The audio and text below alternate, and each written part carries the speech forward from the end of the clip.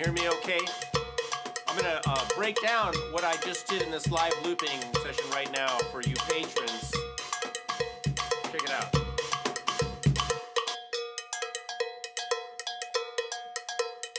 I got a couple cowbells over there on one of these sides. And then on the other side, different cowbells. I'll show you which ones. I got hi-hat and a woodblock.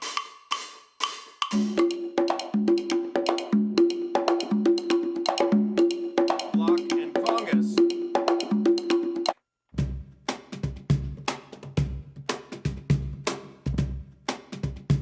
And cajon. All right, so can you hear me? Just a little, right? I can bump this up a little bit. Yeah, because I'm talking. Hello, hello. Check 1, 2, 3.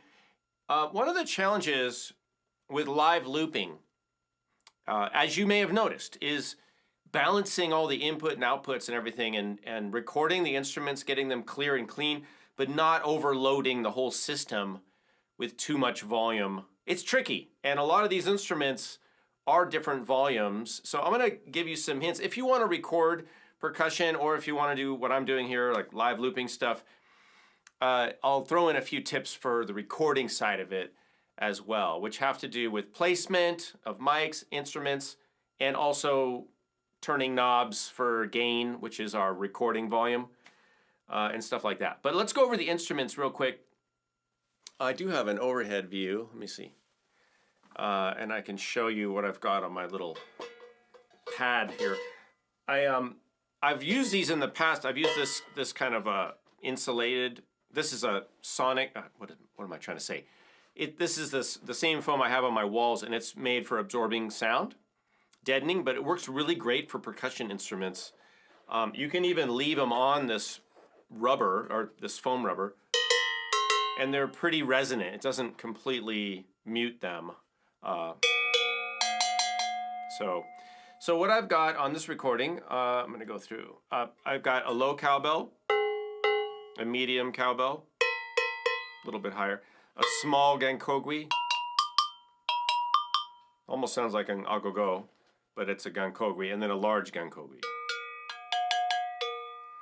And then what else do we have? I have a temple block. I'm using a wood block.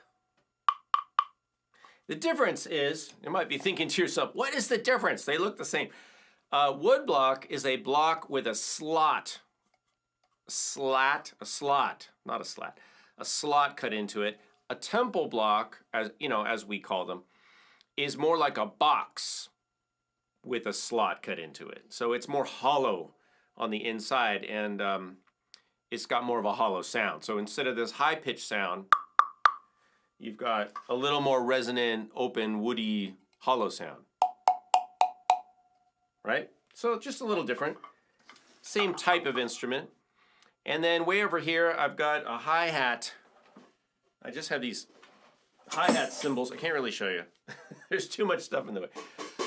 Hi-hat cymbals, which I put over here because they're louder. And I don't want to blast everything. My main mic is right here. Right there. Let me see. I'll show you. There it is. That's the shotgun mic.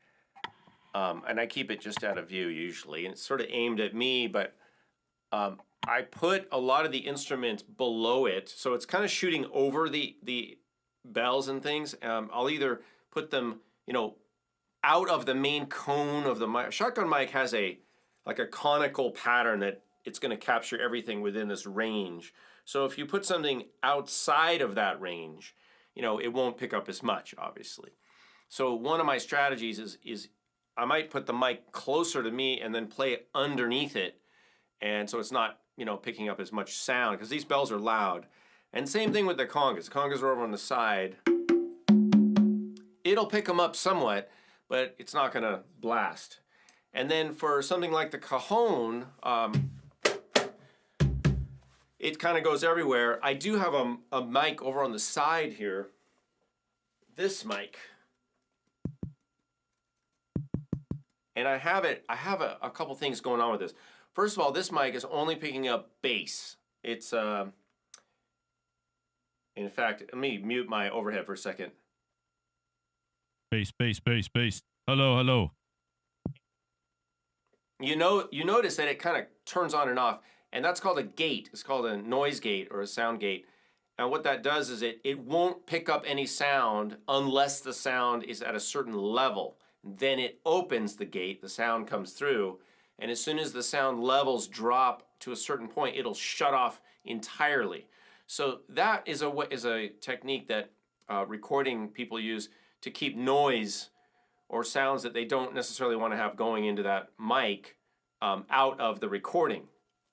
And it's often used on things like snare drums, bass drums, sometimes tom-toms. Gates can also be triggered by different frequencies. So if you have tom-toms, for example, on a drum set, you don't want to have the cymbals coming in. You can have the mics lower automatically for high sounds and only open for lower sounds. So the gate will be triggered by lower pitch sounds, not higher pitch sounds. That's something else.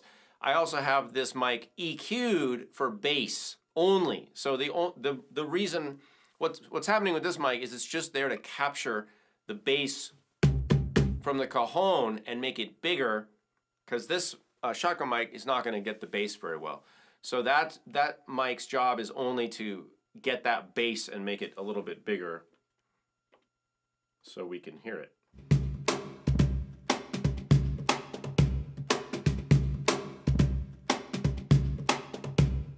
So I think it does a pretty good job of that. Other than that, I think that's about all the instruments I was using. So go make some music. Thanks for being a patron. I hope this was helpful. I'm going to play this jam a little bit longer.